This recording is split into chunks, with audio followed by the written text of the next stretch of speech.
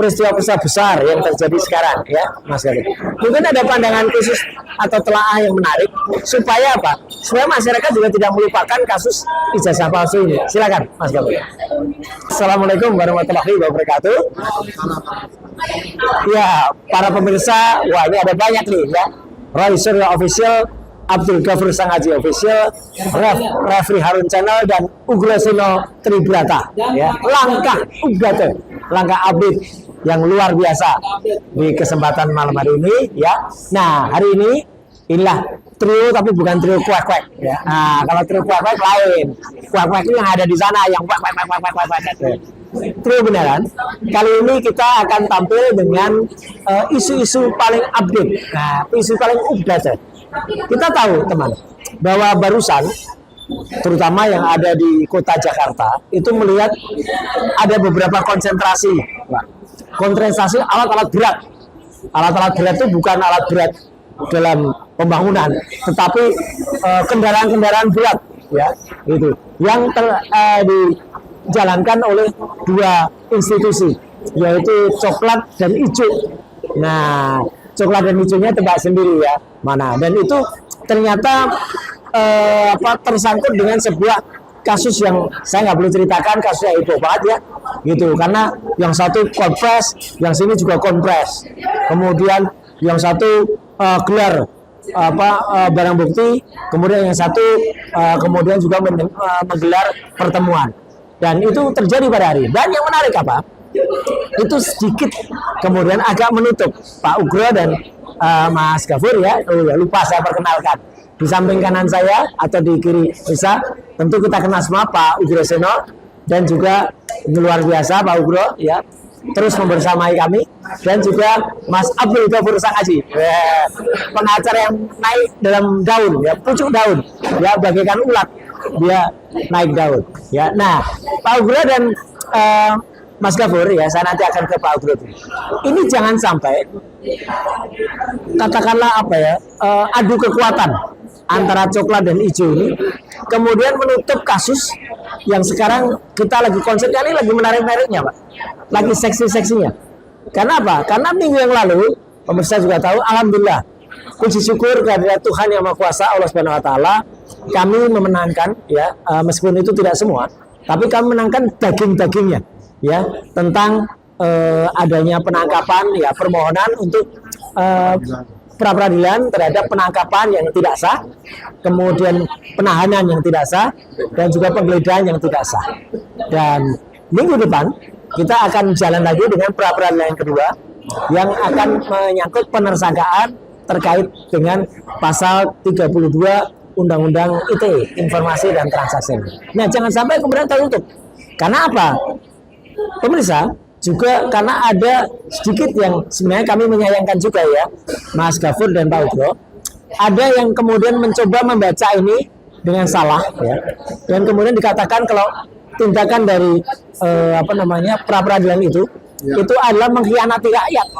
Katanya kami tidak berjuang untuk rakyat, katanya kami itu malah justru akan membuat kerjasama dengan oligarki, bahkan dengan pihak dari tembok sana ya, Yuri Solo atau dari Ratapan Solo ya, tembok Ratapan ya gitu. Dan bahkan apa yang dilakukan oleh sahabat kita Dr. Tifa itu juga dinegasikan, katanya nggak boleh eksepsi itu nanti akan menguntungkan Jokowi. Nah, jadi sekaligus nanti selain kita bahas isu-isu aktual dan juga bagaimana terhadap isu yang besar yang lagi terjadi ini, bagaimana kita sebenarnya menyikapi langkah dari pra-peradilan yang tetap itu berpihak kepada rakyat ya, dan kita sama sekali tidak ada sedikit pun ya maksud kita untuk kemudian mundur dari perjuangan rakyat, tapi juga kita jangan sampai kita mati konyol gitu. Karena kalau kita masuk ke persidangan asal maju, tapi ternyata kita tidak bersiap dengan apa yang terjadi, maka itu namanya mati konyol. Baik, untuk kesempatan pertama saya akan mohon Pak Ugraseno untuk menyampaikan bagaimana supaya kasus yang besar-besar itu, kasus gajah itu ya, gajah sama gajah pelanduk mati di tengah. Gajah itu bukan nggak punya ijazah ya, lain lagi itu ya. Meskipun gajah-gajah itu kadang-kadang ada yang partai gajah itu kalau itu nggak punya ijazah, yang lagi bersiap-siap keliling Indonesia dan ditolakin di mana-mana ya, gitu. Ya mau masuk Jawa Barat ditolak, nanti mau masuk Nusa Tenggara Timur sana ditolak gitu. Ya, baiklah bro. Bagaimana supaya kasus itu tidak menutup kasus ijazah palsu yang sekarang terjadi? Silakan, monggo Pak. Jadi kembali lagi saya ingat waktu masih akabri tingkat 2. Baik, tahun berapa itu Pak? Tahun 76. Oh, 76 ya. 1976 ya. 1976. Baik, ya. Itu saya masih Pernah ikut pramuka dulu SMP kelas 2. saya masih kelas 4 itu Pak. Ya. SMP kelas 2 itu Ya. tahun berapa ya? 72. Baik, ya. Nah, 71 ya. Terjadi, ya. Pramuka itu kan nyanyi kan ada yang lagunya terkenal itu sampai sekarang saya masih ingat. Hah? Lagunya gini Mas. Ya. Pramuka di mana-mana. Nah, ya. Sekarang kok sudah berubah. Tapi bukan lagu pramuka. Apanya Pak yang berubah? Korupsi Di mana-mana. Wah, iya loh. Jangan sampai kemudian korupsinya di mana-mana. Iya, benar. Iya, jadi kita sekarang memasuki dunia baru lagi penegakan hukum berkaitan dengan korupsi di mana-mana. Iya. Ya, ada kaitan dengan BGN. Oh iya. Dan Badan Gizi Nasional itu ya BGN itu. Ya. sekarang ya kita serahkan sama Bapak Presiden karena saya dengar semuanya sudah dipanggil oleh Bapak Presiden. Oke. Barusan sebelum kita podcast ini Bapak, Iya, ramai itu di depan Istana Negara, katanya para pejabat pada pulang itu. iya baru dipanggil ya. Iya. Mudah-mudahan ada solusi yang terbaik untuk negara dan bangsa ini setelah diberikan arahan oleh Bapak Presiden kita, Pak Prabowo Subianto. Iya. Nah, saya kembali kepada kasus dugaan Korupsi? Bukan. pencemaran nama baik Oh, kasus kita. Ya, kasus kita ada ini. yang berkaitan dengan ijazah palsu. Ya. Jadi laporan saya tetap kembali begini, masyarakat supaya benar-benar jelas, ya kan? Laporan yang Lakukan oleh Jokowi. ada 4 pelapor. Betul. Jokowi, Andi Kurniawan, Mejumanan sama-sama Maret sama Swekan. Ya. Kemudian saya melihat di sini bahwa sangat aneh dalam satu berkas perkara bisa membuat 4 laporan polisi. Dan lokus tempusnya juga beda-beda Pak tadinya. Makanya ini tidak diperhatikan secara tajam Iya. oleh para penyidik kita. Ya, Iya. artinya penyidik ini lebih baik daripada penyidik zaman-zaman saya dulu. Karena dulu undang-undang IT kan Belum ada. menonjol. Iya. Iya. Kenapa saya katakan begitu? Ya kan? Karena seharusnya satu peristiwa, Baik. ya, mungkin ada beberapa perkara Iya. dan itu dilaporkan menjadi satu laporan polisi. Iya, disatukan. Ya. Jadi peristiwa di situ lokus delikti, tempus deliktinya di situ ada. Kemudian mungkin ada beberapa perkara, misalnya Ya. ada pengerusakan rumah, Oke. pembunuhan, Ya. perkosaan, Ya. pencurian, Iya. penganiayaan dan Iya. sebagainya. Dijadikan satu. Nah, kalau itu masih bisa dilaksanakan, tapi itu satu laporan polisi, Wih, iya. bukan masing-masing satu LP. Iya. Kan? Nah, bisa juga hanya satu peristiwa perkara, satu laporan. Nah, kalau 5 tadi dijadikan satu, jadinya peristiwanya apa, Pak? Nah, ini yang membingungkan karena hubungan antara laporan polisi yang pertama, Pak Jokowi, Ya. laporan polisi Andi Kurniawan, Lecumanan dan Maret sama Swekan. itu hubungan langsungnya nggak ada. Baik. Hanya menyentuh sedikit, atau kalau bahasa celakaan lalu lintas itu nyerempet. Oke, iya. Ada yang nggak nabrak, Nggak ada nyerempet. nabrak, Iya. nggak ada nabrak. Iya. Dan bukan rangkaian kereta api Oke. yang digandeng di panjang. Iya. Nah, karena ini menjadi satu berkas perkara dengan jumlah tersangka 8. Iya. Jadi harusnya berkas perkara ini Sendiri-sendiri. harus utuh jadi satu sampai diserahkan ke jaksa. Oke, iya. Kalau jadi satu ya, iya. Tidak bisa di berkas perkara dipisah-pisah seperti yang sekarang ini. Betul, iya. Klaster-klaster. Sudah ada restoratif justice, Baik. justru seharusnya sudah Selesai malah. tersebut sudah selesai, Ya. tidak lanjut ke jaksa. Iya. karena sekarang udah dilimpahkan jaksa, kita ikuti, ya kan? Jadi 3 orang sudah di restoran justice. Ya. Nanti kita lihat di proses Ya, pengadilan. Egy Sujana, Damai Rubis, dan si Omon. Krismon Sianiwan. Ya. Sekarang kita coba ikuti berkas perkara, Ya. ya, akan dilimpahkan ke pengadilan. Baik. Ya. Nah, yang satu berkas perkara sebelah riba. Betul. Nomor 301. Ya, sudah jalan 2. Ya. Ya. Berkas pasalnya masih di Ya. 300 saya nomornya. belum dilanjutkan. Belum.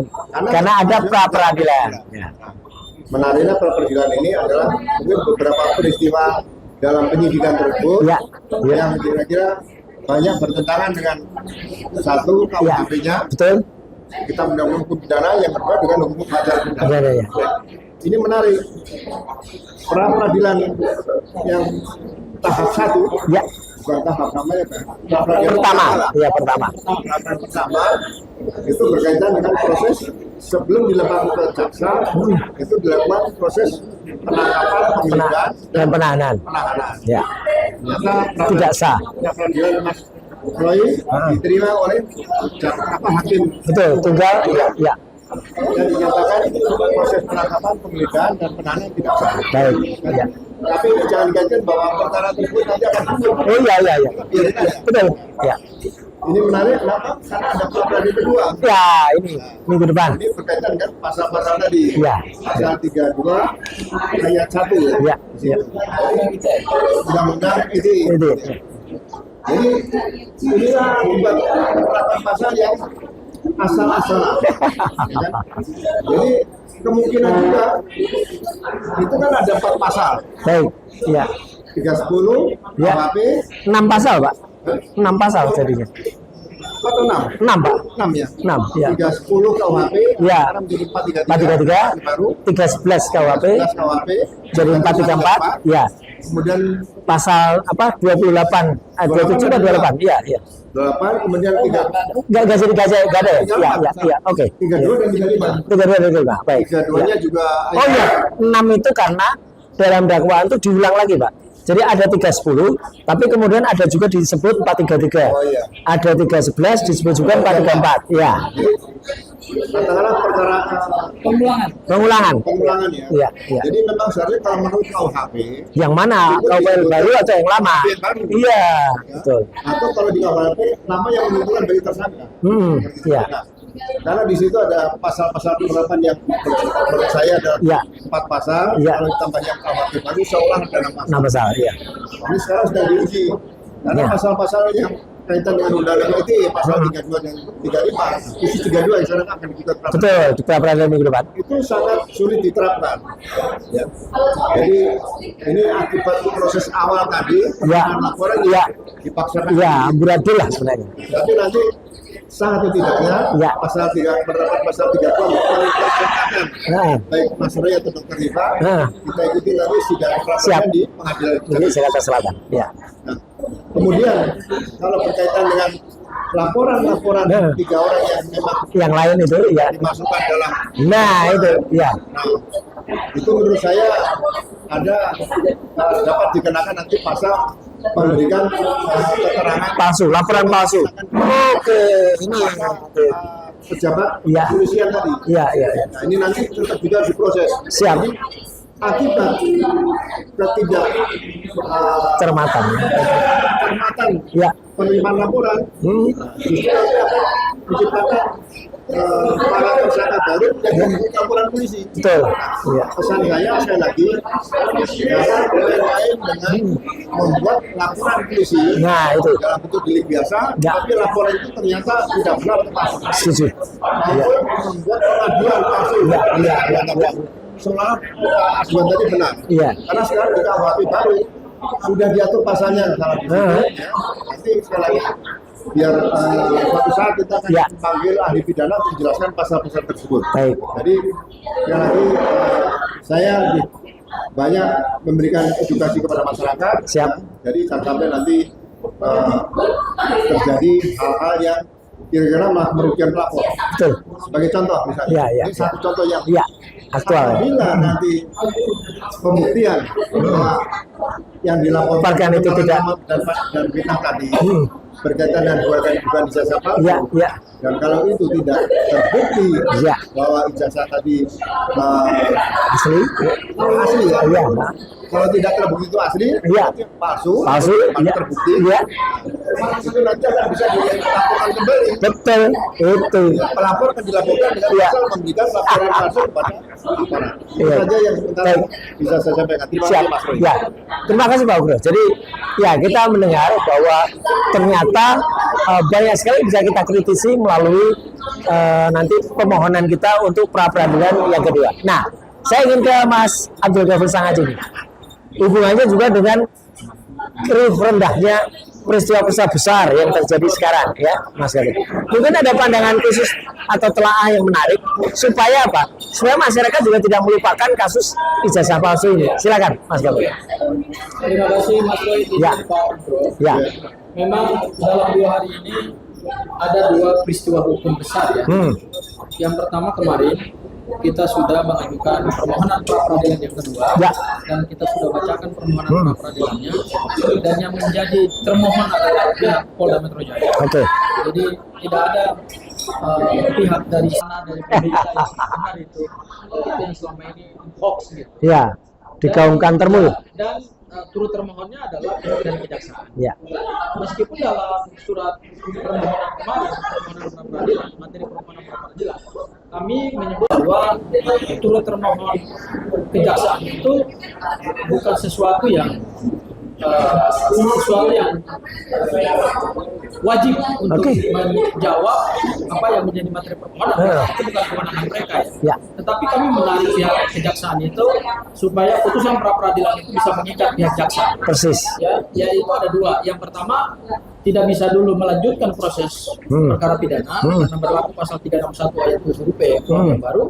Dan yang kedua, kalau kemudian permohonan pra peradilan kita diterima, Ya. maka jaksa harus melaksanakan putusan pengadilan. Baik. Yaitu apa? Yaitu segera mengeluarkan pasal 32 undang-undang itu dalam surat dakwaan. Oh, oke. Jadi itu yang menjadi alasan Ya. kenapa pihak kejaksaan kita turut sebagai Ya.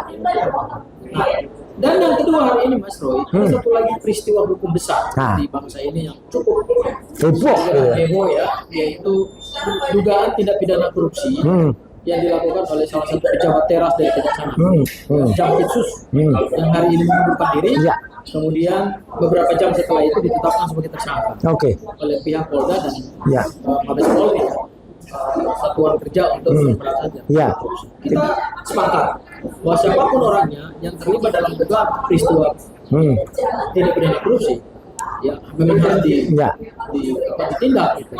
Jangankan pejabat teras kejaksaan agung, selevel menteri, ketua lembaga tinggi negara, Oh, iya. bahkan kalau kita mau agak progresif penegakan hukumnya dalam memberantas tindak pidana korupsi, kalau memang ada jejak mantan presiden atau mantan wakil presiden, saya kira juga Oh iya, perlu betul. diberikan keterangan. Misalnya dalam kasus tindak pidana korupsi yang melibatkan Nadiem Makarim, Ya. kemudian juga ada ada Om Lembong, kemudian mantan Menteri Agama yang menyebut nama Pak Jokowi. Iya, itu selalu disebut itu nama Jokowi itu. Disebut nama Pak Jokowi. Tapi kenapa kemudian Pak Jokowi tidak pernah diminta keterangan? Kalau kita mau serius Ya. dalam memberantas tindak pidana korupsi. Jadi kita mendukung langkah-langkah pemberantasan tindak pidana korupsi. Ya. Tapi menurut saya Mas Roy, dalam peristiwa hukum hari ini, yang menarik itu ada 2 hal menurut saya. Iya. Yang pertama, tadi pada saat Polda Metro Jaya melakukan konferensi pers, Oh iya, keluar. dipimpin oleh Budi, Ah. Kombes Budi ya. Budi. Ya itu. Itu banyak sekali uang dan emas Iya. yang menjadi barang bukti. Ya. Karena ada proses penggeledahan di 3 tempat. Di 3 tempat, ada di kafe, kemudian ada di rumah yang rumahnya itu adalah milik Jampitsus. Ya. Itu kan ada 74 kg emas. Ya. Kemudian ada beberapa uang yang kalau dikonversi itu ratusan Miliar. 400 miliar lebih. Itu sesuatu yang luar biasa. Tapi bukan hanya sekedar uangnya yang besar, tetapi ada transparansi dari Polda ketika memperlihatkan barang bukti. Nah, itu yang menarik. Ya, Itu dulu nggak terjadi di kasus ini. itu. Artinya selama ini kebiasaan Polda Metro Jaya dan Polri ketika mengungkap suatu kejahatan, maka pada saat mereka memberikan konferensi pers kepada publik, itu semua barang bukti digelar. Ya. Kalau dulu kasus KM50 celuritnya, Ya. senjata apinya, ya. Hari ini di kasusnya Pak Febri, itu semua barang bukti yang Digelar. disita dan digeledah itu kemudian digelar. Ya. Dan tadi kita lihat banyak sekali ya Mas Roy ya. Emasnya, duitnya. Banyak duit, saking banyak duitnya gitu ya. Ya. Tetapi yang menjadi pertanyaan, ketika mereka melakukan gelar perkara untuk menetapkan tersangka pada tanggal 7 November ya. Nah, maaf ya Mas Roy. iya. Kita flashback sebentar. Betul. 2025 ada 8 anak bangsa ditetapkan sebagai tersangka. Ya. Klaster 1 ada 5 orang, klaster 2 ada 3 orang, dan salah satunya di sini ada Mas Roy. Ya. Tapi tidak pernah ada satupun dokumen Betul. yang diperlihatkan kepada publik. Gak ada. Tidak ada satupun barang bukti yang katanya 700, bukan hanya 709 barang bukti dokumen ya Mas Roy. Ya. Tapi saya lihat langsung dari dokumen kejaksaan berdasarkan berita acara penyerahan barang bukti itu ada 712 barang bukti Ya. dokumen. Tapi tidak pernah ada satupun barang bukti dokumen, baik skripsi, baik ijazah, baik apa namanya koran dan seterusnya yang diperlihatkan kepada publik. Ya. Sehingga itu kemudian menjadi Pertanyaan. pertanyaan publik. Sebenarnya ini penegak hukum transparan tadi. Iya kan? Iya. Makanya kemudian hari ini saya kira bukan indikasi lagi, tapi ini Polda dan Polri memperlihatkan bahwa ada kesenjangan dalam Iya. ya kasus Jampitsus begitu luar biasa Iya, mereka iya. bergerak cepat Iya. dan cepat Mas Bro. Cepat dan ada perhatian dari Dewan Perwakilan Rakyat. Ini yang penting. Itu. Nah, tapi untuk kasus selembar ijazah ini Mas Bro, butuh 400 hari lebih. Ya. Satu tahun lebih. Hmm. Kemudian juga sampai hari ini tidak pernah ada satupun barang bukti dokumen Ya. yang diperlihatkan pihak polisi. Ya. Ya, sehingga itu masih misteri juga. Iya. Barang bukti yang katanya sudah dilimpahkan ke Iya. jaksa Iya. akan bawa ke pengadilan. Iya. Itu kan benar barang bukti Iya. yang asli apa? Betul. Ya, karena yang dibutuhkan itu bukan hanya sekedar kita menguji, memvalidasi perkara pidana dalam Iya. peristiwa dalam forum pengadilan pidana, Iya. tetapi juga adalah transparansi. Setuju. Jadi saya kira sudahlah, hari ini kita melihat ada kesenjangan hukum yang Iya. itu hal yang pertama Mas Roy. Hal yang kedua juga Mas Roy, hari ini juga ternyata ada konferensi pers bersama Nah. 3 institusi, Ya. yaitu Kejaksaan Nah. yang diwakili oleh PLT Jampitsus yang baru, Baik.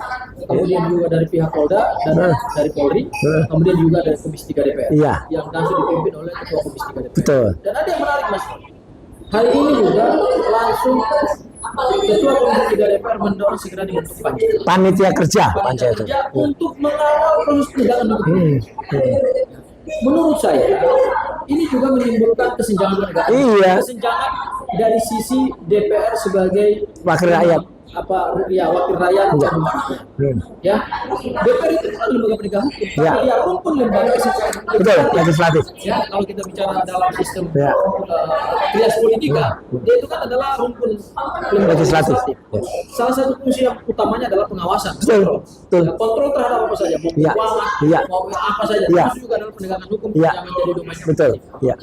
Kenapa selama berbulan-bulan Mas Roy Bu Viva pernah berkirim surat untuk beraudiensi? Iya. Berkali-kali kita kirim ke berbagai komisi. Iya. Ya, itu tidak satu pun Iya. mereka mau bertemu. Padahal yang mengadu ini adalah warga negara. Banyak kasus-kasus tindak pidana Mas Iya, Roy, iya, iya. yang kita sama-sama udah menonton. Tahu lah. Iya. Tahu lah. Banyak juga orang mengadu lewat DPR. Akhirnya kemudian Ya. dilakukan penegakan hukum dengan benar. Ya, ya. Bahkan yang melibatkan jaksa sehingga ada Ya. juga Betul. seorang Kajari akhirnya dipecat, ada juga jaksa penuntut umum Ya. dipecat, gitu ya Mas Roy ya. Iya. Iya. Karena Beberapa waktu yang lalu. ketika rakyat datang ke DPR, mereka mengadu dan Ya. didengar. Iya. Itu wakil rakyat. Ada forumnya.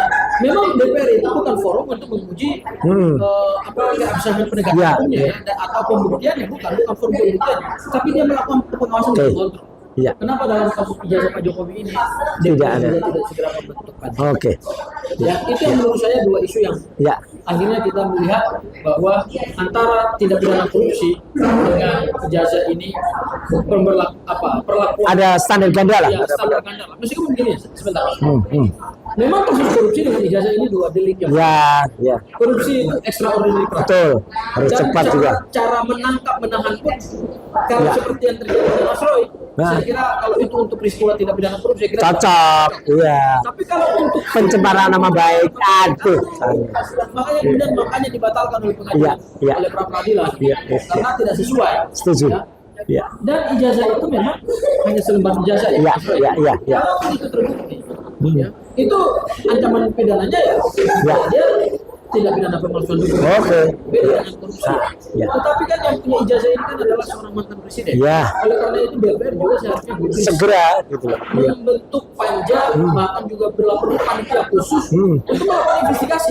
Pansus kalau ini harus level. Pansus bila Iya. perlu, ya, Mas Roy Dari kan semua komisi. Iya. Mas Roy kan punya pengalaman di DPR. Iya. Karena ini melibatkan banyak sekali stakeholder. Iya. Ada KPU, Berbagai kementerian juga. Iya. partai politik, Iya. pengusung, Iya. ada Universitas Gajah Mada. Iya. Karena ini demi kejujuran dan Setuju. perjalanan bangsa ini ke depan. Setuju. Itu Mas Roy yang Ya, saya kira. baik. Ya. Terima kasih Mas Gafur. Jadi sebelum nanti saya akan kembali ke Pak Ugro lagi ya. Tadi menarik bahwa teman-teman di DPR sekarang ya 580 anggota dewan. Itu kan tugasnya kan sebagai wakil rakyat. Dan wakil rakyat itu ada lagunya. Wakil rakyat seharusnya merakyat. Tapi nggak usah saya teruskan, nanti kena copyright ya gitu. Nah, mereka harusnya benar-benar melihat perkembangan ada, jangan kemudian ketika ada kasus heboh ini terus kemudian mereka bergerak membentuk panja atau panitia kerja ya. Kenapa panja? Karena itu mungkin tidak melibatkan berbagai komisi yang ada ya, jadi mungkin hanya satu komisi saja, komisi 3 atau komisi hukum. Tapi harusnya kalau soal ijazah palsu itu kan menyangkut komisi pendidikan, komisi 10, menyangkut juga misalnya hukum, komisi 3, menyangkut juga misalnya hal-hal yang lain ya, yang itu nanti akan juga harusnya diperiksa gitu. Ternyata kan tidak sampai dengan saat ini ya, itu yang sangat disayangkan. Baik, saya kembali ke topik yang nanti akan juga kita bahas ya Pak Ugro, yaitu pada saat pra peradilan yang kedua Pak Ugro. Nah sekarang ini agak sedikit coba mohon bisa dijelaskan kemarin. Dan tujuan kita praper Pak Ugro itu adalah kalau ada sekarang framing yang coba dibuat ya, saya menyesalkan sekali ya, karena itu sebenarnya kan dulu kan ya disebut sebagai pembela saya gitu ya gitu. Tapi kemudian gara-gara satu oknum itu kemudian kan masalahnya grup yang membela itu kemudian menjadi agak menjauh, atau sekarang posisinya mungkin harus kita hentikan gitu ya, atau kita cut dulu. Karena apa? Supaya tidak kemudian berbeda, karena etikanya memang nggak boleh Pak Bro. Ada pembela tapi malah menyerang prinsipalnya gitu. Nah, apakah pra peradilan itu tuduhannya atau framingnya itu bahkan dituduh kita melakukan pra peradilan ini adalah justru menguntungkan pihak oligarki atau menguntungkan pihak pemilik ijazah palsu itu gitu. Jadi tujuannya katanya dengan dipelapor nanti nggak perlu masuk ke perkara intinya gitu. Jadi dia justru digalisir. Padahal kan ya memang yang namanya praper itu kalau memang ada prosedur yang salah seperti kemarin kan memang harus dihentikan. Tapi menghentikannya kan sebenarnya kalau soal ijazah palsu itu kan masih banyak cara yang lebih smart nanti untuk bukan di kasus fitnah dan pencemaran nama baik ini, Pak Bro. Itu yang sekarang coba di framing seolah-olah apa yang kita lakukan di sini ditambah apa yang dilakukan Dr. Tifa dengan eksepsi. Loh, kalau eksepsi itu kan wajar, Pak. Ada orang kemudian berusaha kalau kemudian dakwanya salah dia eksepsi supaya apa? Supaya patah dakwaannya. Lah kok eksepsi disalahkan? Memangnya Dr. Tifa dituduh terus, kemudian terus pokoknya kalau mau di apapun ya terus saja sampai kemudian divonis. Nah kalau sudah masuk ke dalam menuju ke vonis ya kan sudah bisa diprediksikan pasti akan konyol gitu kan gitu. Itu Pak Bro, mungkin Bapak bisa berikan ya gambaran kepada masyarakat langkah pra peradilan dan langkah yang dilakukan oleh Dr. Tifa. Mungkin akan kita lakukan juga kalau kita masuk ke pokok perkara itu eksepsi itu layak dilakukan dan ini bukan justru dianggap mengkhianati perjuangan rakyat. Bagaimana Pak Bro? Monggo. Ya. Terima kasih Mas Roy Ya. sama Mas Gafur. Ya. Jadi saya sebelum masuk tadi Ya. nanya masih jadi apa yang disampaikan Mas Gafur tadi. Nah, Mudah-mudahan, semoga, insya Allah. ya, mudah-mudahan semoga insya Allah. Ya, Kalau memang dibentuk panja di DPR, ya, Komisi 3 DPR RI dapat melaksanakan katakan dengar pendapat, ya, fungsi ya. investigasi, Ya, kasus-kasus korupsi ini terbuka semua Setuju. dan disampaikan terbuka pada publik. Ya, setuju. Sama dengan kasus Bank Senturi. Ya, ya. Biar publik bisa mengikuti apa yang dilakukan wakil-wakilnya di DPR. Kalau wakilnya tidak terbuka sama rakyat yang Waduh. berikan mandat sebagai wakil, ya, berarti bukan jadi wakil rakyat. Iya, Jadi mohon dapat terbuka, disiarkan tiap hari melalui setuju. media. Iya. Wah, kalau disiarkan tiap hari nanti kasus ijazah juga hilang, Pak. Kasus ijazah nanti live streaming. Ah, siap. Itu yang pertama. Ini yang kedua. Sebetulnya pra peradilan Ya, atau sekarang kalau sidangnya Dr. Dimas dan Lembaga SFC. Ya, ya. namanya tanggapan terhadap apa tadi. Betul. Jadi yang di pra peradilan kan kasus yang dilaporkan oleh Pak Jokowi Betul. berkaitan penyamaran nama baik dan fitnah. Ya, ya. Jadi memang dalam proses penyidikan tadi itu sudah ada kesalahan dari awal. Iya, betul. Itu yang penting. Untuk meluruskannya supaya prosedur penanganan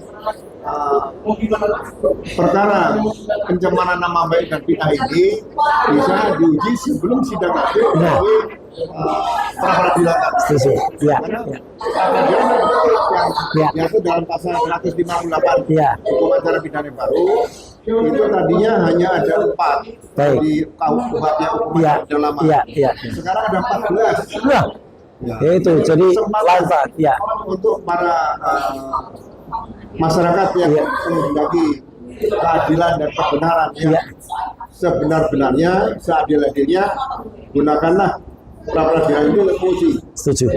Ya, Banyak perkara yang memang kadang-kadang masyarakat sulit ya. untuk mengakses bagaimana cari solusinya. Nah, iya. Sebagai contoh sekarang, karena sudah dilimpahkan ke perkara Mas Roy dan Dr. Dimas sudah Ya. dilimpahkan P21 tahap 2 pada jaksa. Nah, ada waktu sebelum maju sidang, kesempatan di sini lah space atau ruang untuk mengajukan pra Pra-peradilan, peradilan. ya. Jadi jangan dipaksakan bahwa pra peradilan itu untuk menghambat, bukan. Enggak, ini ya, jangan salah. Iya. Yang bengkok dan Ya. bukan membengkokkan itu. Nah, ini penting. Jadi mudah-mudahan hakim tunggal pra peradilan Ya. dapat bertindak sesuai dengan hukum acara pidana yang baru. Ya. Karena ini sebagai test drive pertama kali Baik, ya. ada Kuhap baru ya. kuhap baru Dan yang KUHP bisa ya. menguji melalui pra peradilan Ya, beberapa permohonan yang diajukan oleh tersangka ya, ya. sebelum nanti menjadi terdakwa. Ya, Jadi baik. bersyukur, jangan Ya. dianggap ini hal yang kecil akan meremehkan bahwa oh nanti jasa palsu tidak akan bisa di. Nah, itu. Ya. Dugaan jasa palsu menurut saya itu lebih sebaiknya yang digugat pertama adalah para pengguna dulu. Baik, Para ya. pengguna yaitu Ya. KPU Solo, KPU Ya. Jakarta dan Ya. KPU RI. Ya. Ya kan? Nanti kalau sudah terbukti semua, Nah, baru bergerak. apa yang menyerahkan ke KPU? Nah, Jadi iya. tetap saja sabar, jangan dipaksakan ingin buru-buru melihat ijazah tersebut. Iya. Karena ini sudah digunakan. Iya.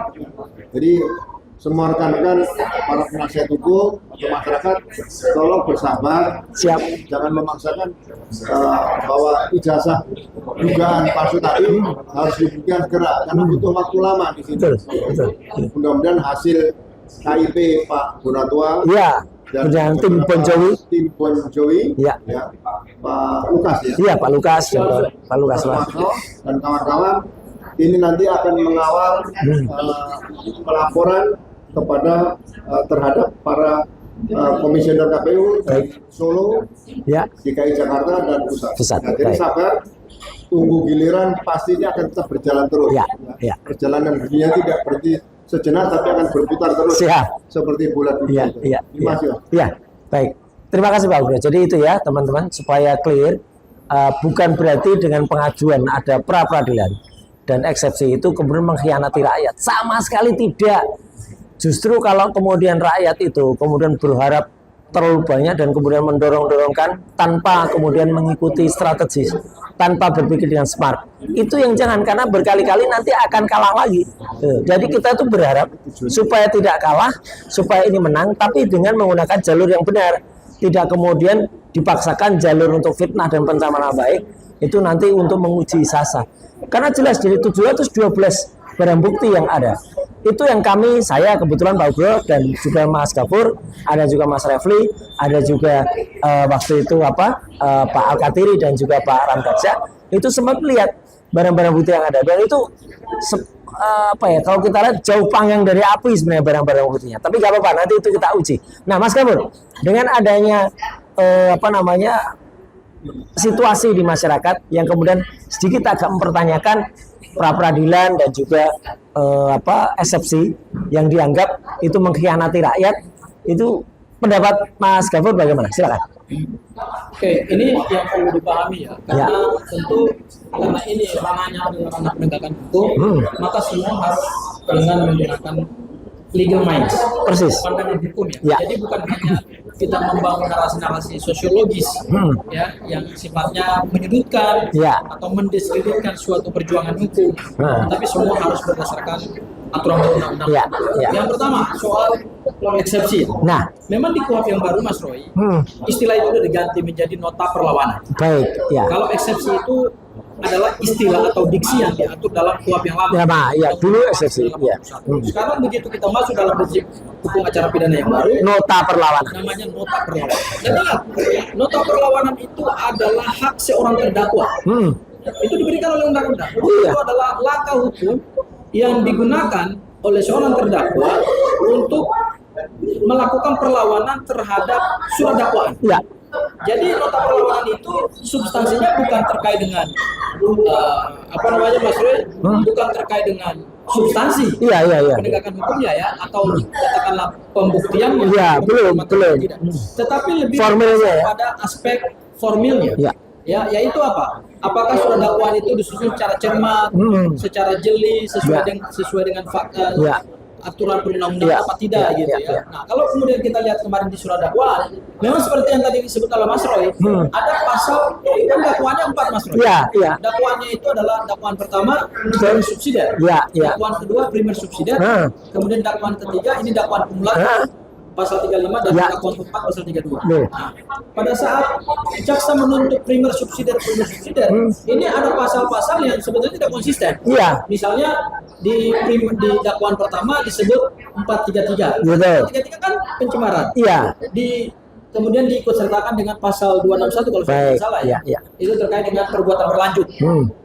Nah, di berikutnya lagi ternyata ada dakwaan pasal 310.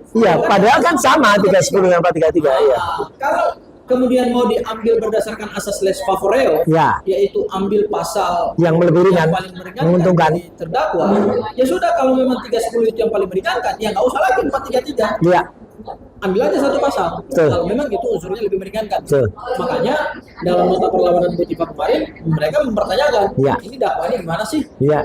Dan kalau kemudian itu diterima, maka akibat hukumnya ada. Bisa kemudian surat dakwaan dinyatakan batal lebih atau kemudian surat dakwaan tersebut digugurkan oleh hakim gitu.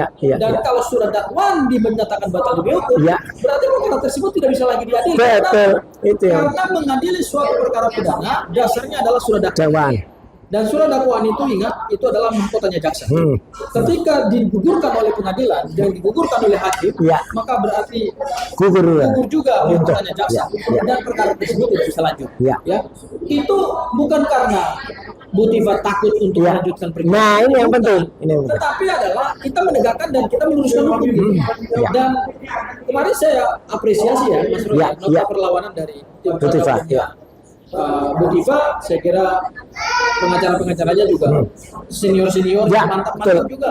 Ada Pak Alkatiri, ada Pak Ramdaksa, ada kemudian yang lain. Baik. Yang kedua, terkait dengan pra peradilan ya Mas. Sama, pra peradilan ini juga hak seorang tersangka.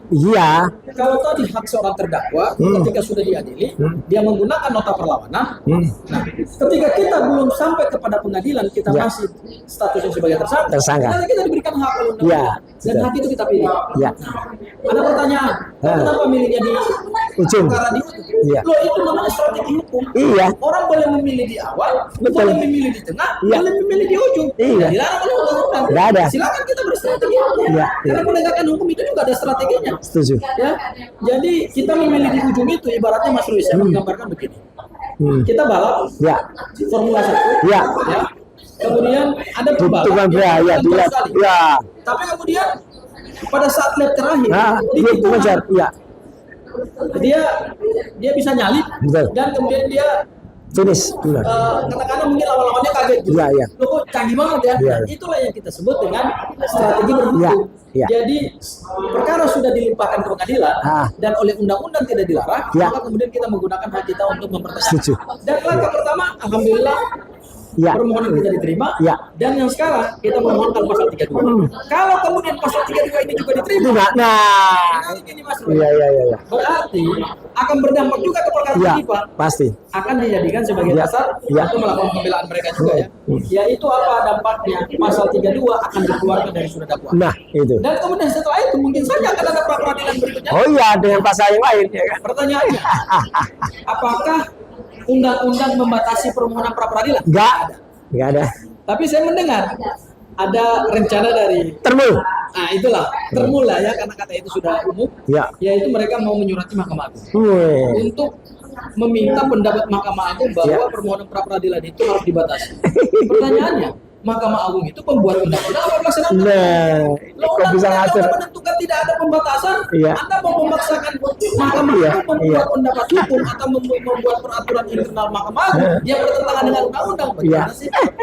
Itu namanya tidak sesuai dengan hierarki perundang-undangan. Masa Mahkamah Agung bisa menganulir undang-undang? Iya, Nggak boleh. iya. Artinya hargai saja Iya, dan keputusannya. kita tunggu saja sampai kemudian nanti Iya. keluar keputusan pra peradilan yang Kedua. Dan hari Senin Mas Roy, Ya, itu kan akan ada jawaban dari pihak termohon Ya, dan betul. kita akan mendengarkan itu. mendengarkan Iya. seperti apa sih jawaban termohon Setuju. terhadap materi kita. Setuju. Jangan-jangan mereka sedang memutar otak juga, iya kan?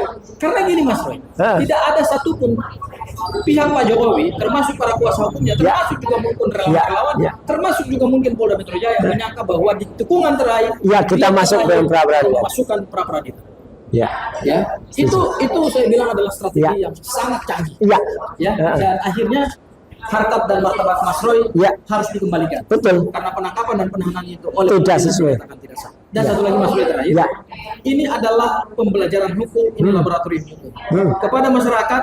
Tadi disampaikan juga oleh Pak Ugro, Ya, ya, dengan KUHP yang baru ini jangan takut untuk pra ya, peradilan. ya, betul. Tidak selalu semua perkara pidana harus berujung pada pengadilan. Iya, Tidak ya, selalu. Ya, saya katakan tidak selalu. Ya, Kenapa silakan. tidak selalu? Ya. Karena negara sedang menyediakan forum lain, betul. yaitu forum pra Pra peradilan. peradilan. Ya. Dan pra peradilan ini menariknya Mas Roy, Ya. tidak dibatasi. Nah, iya, Kalau dulu mau dibatasi. Iya. Begitu perkara didaftarkan oleh jaksa penuntut umum, Nah, udah selesai gugur. Iya. ya. Ya. Tetapi oleh pembuat undang-undang, Nah, itu sekarang tidak. Bahkan perkara sudah dilimpahkan dan sudah keluar nomor registrasi pidananya, Nah, masih boleh. masih bisa dilakukan Iya. pra peradilan. Ya. Luar biasa. Luar biasa. Terima kasih buat DPR, terima kasih buat pemerintah yang Ya. telah mendesain KUHP baru dan berorientasi pada hak-hak tersebut Iya, iya. dan perlindungan hak Ya. warga negara. Makasih Ya. Mas Roy. Ya. Baik pemirsa, sebelum saya nanti minta Pak Ugro juga menyampaikan closing statement-nya dan mungkin ada tambahan dari Mas Gafur.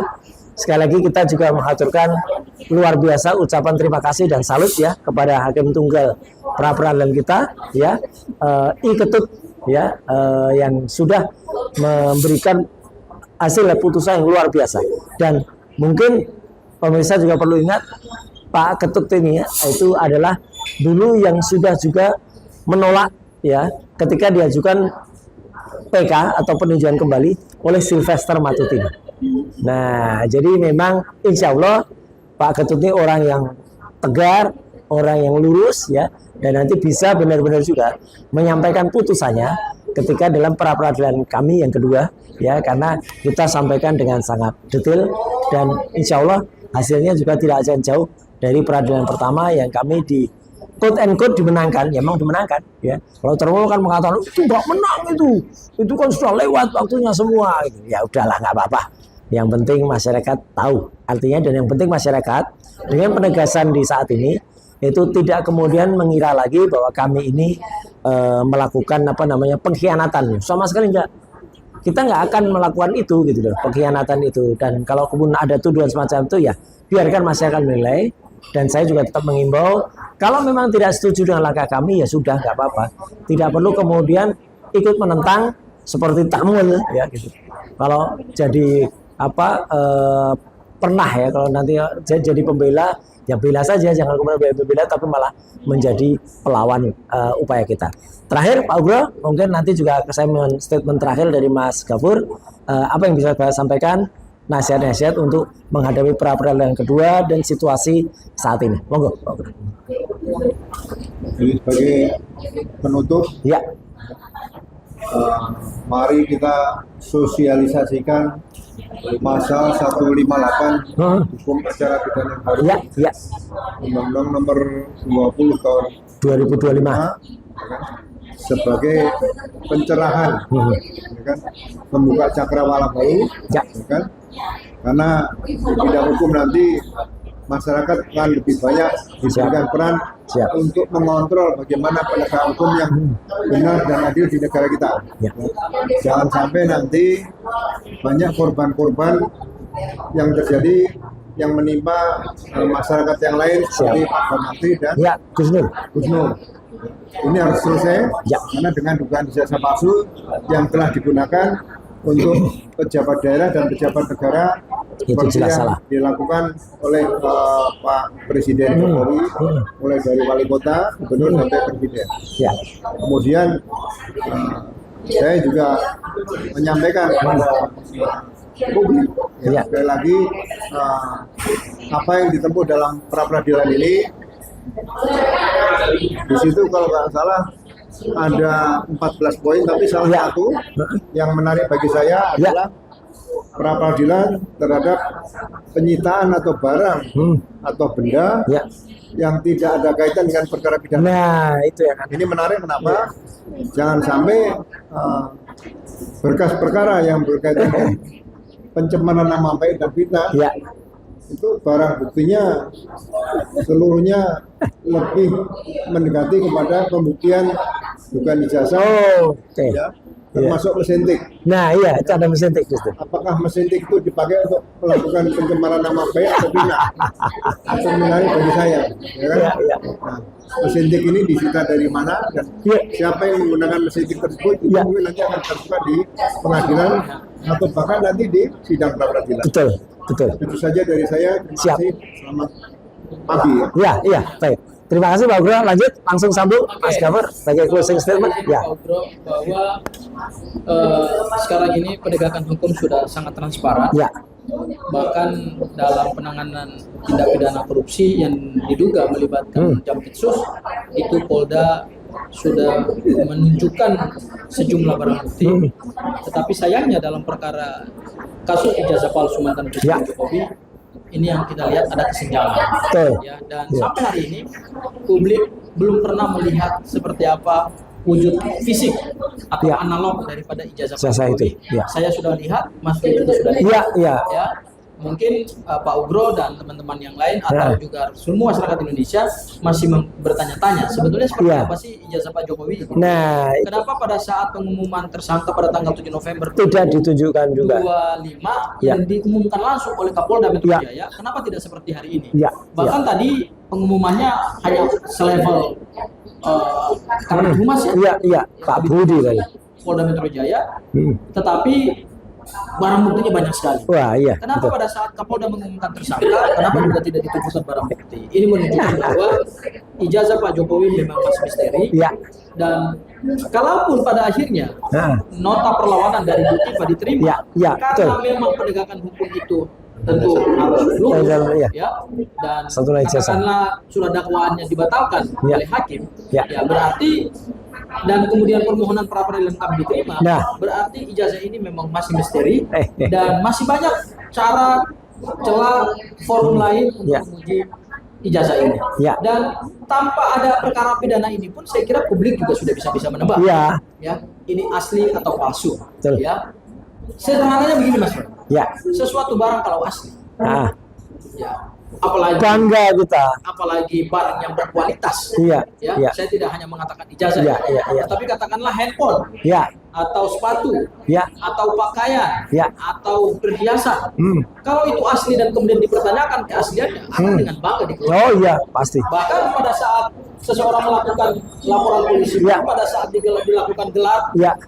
itu pasti barang buktinya diperoleh. Oh iya. Tapi kalau sesuatu yang palsu, Bang, Ah, ini. itu pasti banyak sekali muternya, Ya. ya, banyak sekali trik yang dipakai, Nah. dan satu lagi biasanya tidak ada transparansi. Betul. Dan ini kita lihat pada tanggal 7 November 2025 tidak ada transparansi soal itu. Ya. Tunggu nanti kami hari Senin akan sidang pra peradilan yang kedua lanjutan, dan mudah-mudahan doa dan dukungan dari masyarakat Ya. Indonesia yang masih menginginkan kebenaran dan keadilan tegak di Republik ini, ya mudah-mudahan perjuangan kami untuk menegakkan kebenaran dan keadilan ini juga salah satunya melalui forum. Ya. Betul. Ya. Ya, ada tambahan? Oh ya? Ya. Ya. Bogor ini kan cerita asli dan palsu. Nah, iya, iya, Pak. Ini gong aja nih, supaya Siap. nggak terlalu ngantuk ya. Ya, ya. Saya ingat dulu ada pejabat Ya. yang dituduh menggunakan jam asli. Nah. Iya. Kemudian diklarifikasi Iya. di depan media, jam saya tidak asli, tapi palsu. Iya, terus dibuang. Nanti, Iya. ya kan? Iya, kita tahu semua lah itu orangnya. Ditanya, Pak, ijazahnya asli. Ya, tunjukkan asli, jangan tunjukkan ijazah palsu. Iya, betul. Iya, iya. Kalau ditanya, Pak, ijazahnya palsu, tunjukkan yang asli, Iya. ijazah asli. Iya. Seperti saja, terima kasih. Iya. Luar biasa. Kita ingat betul ya, pejabat yang bersangkutan dulu termasuk orang kuat gitu cara kita. Pada iya. Dan sekarang nggak nampak lagi entah kemana itu orang itu ya. Udah nyungsep ya kelihatan ya gitu. Ya yang kemudian ketika di ragukan atau ada tuduh jamnya ya gitu. Kemudian jamnya itu miliaran harganya ya. Inisial jamnya mereknya RM. Iya, betul. Ya, bukan RM, bukan Raden Mas ya gitu, tapi RM yang lain ya gitu. Bukan Resmond, RM itu juga bukan. Resmond sih parah ya gitu, bukan. Nah itu. Jadi pemirsa sekali lagi yang masih setia bersama Roy Suryo Official, Abdul Ghafur Sangaji Official, Langkah Update, kemudian juga Refli Harun channel dan juga Ugro Sino Tribrata ya. Inilah pembicaraan kita di malam Dan ya. Peradilan kita. Ya. Jadi kembali lagi nih, kalau pendidikan di Akabri itu Siap? tingkat 1, tingkat 2, tingkat 3, tingkat 4. Ya. Kalau baris berbaris sama dengan visi misi kita melakukan permohonan pra peradilan dan Oke. dari nota perlawanan Ya. Dr. Bima Ya. begitu. Itu sama dengan aba-aba komandan peleton yang memimpin itu Ya. gitu, Pak. Luruskan. Iya. Nanti yang belakang dia lurus gitu. Ya. Itu aja. Oh. Ini maknanya dalam nih Bunda. Makin malam makin dalam maknanya ya gitu. Yang tahu silakan tersenyum ya. Kemudian tapi yang kurang tahu bisa googling arti dari candaan ataupun guyonan yang sangat dalam tadi pemirsa. Ya, tapi kita tidak hanya guyon, kita benar-benar serius dalam melaksanakan strategi ini, termasuk dalam melakukan pra peradilan dan juga sahabat-sahabat saya melakukan nota perlawanan. Sekali lagi kami tidak mundur sedikit pun ya dalam membela kepentingan rakyat, dan jangan kemudian malah membuat framing yang itu malah katakanlah malah mengecilkan upaya kami. Kita tetap bergerak bersama rakyat dan kita tetap makanya ya saat ini juga saya terus terang Pak Ugro dan Mas Ghafur dengan izin dan saya tadi sudah mohon petunjuk kepada Allah Subhanahu wa taala ya. Saya juga menegaskan utamanya pada teman-teman media dan podcaster ya gitu. Mulai saat ini ya ada surat yang memang sudah saya tanda tangani dan surat itu benar. Surat itu menyatakan bahwa kami atau saya itu sekarang tegak lurus ya dalam membela ini dan jangan mendengarkan statement yang lain selain dari kuasa hukum yang saya tunjuk yaitu Tokham ya. Di luar itu sudah bukan lagi kuasa hukum dari saya ya. Jadi itu clear banget yang saya katakan, dan tanggal 11 Juli yang lalu ya atau kemarin saya sudah menegaskan itu, dan insya Allah itu sudah saya mohon petunjuk kepada Allah Subhanahu wa taala agar apa ini ditegakkan dan tidak ada lagi yang kemudian memelesetkan atau framing yang kemudian bisa meragukan kita semuanya. Kami tetap berjuang bersama rakyat. Jadi rakyat jangan kemudian dibikin pusing, dibikin bingung dengan kok pakai eksepsi, kok pakai pra-peradilan, itu membuat pemilik ijazah palsu atau pengguna ijazah palsu nggak sampai tetap sampai di sidang itu dia, tapi dengan masih banyak cara nanti ya melalui persidangan-persidangan yang lain. Itu saya kira yang ingin saya sampaikan. Sekian, terima kasih. Wassalamualaikum warahmatullahi wabarakatuh. Terima kasih.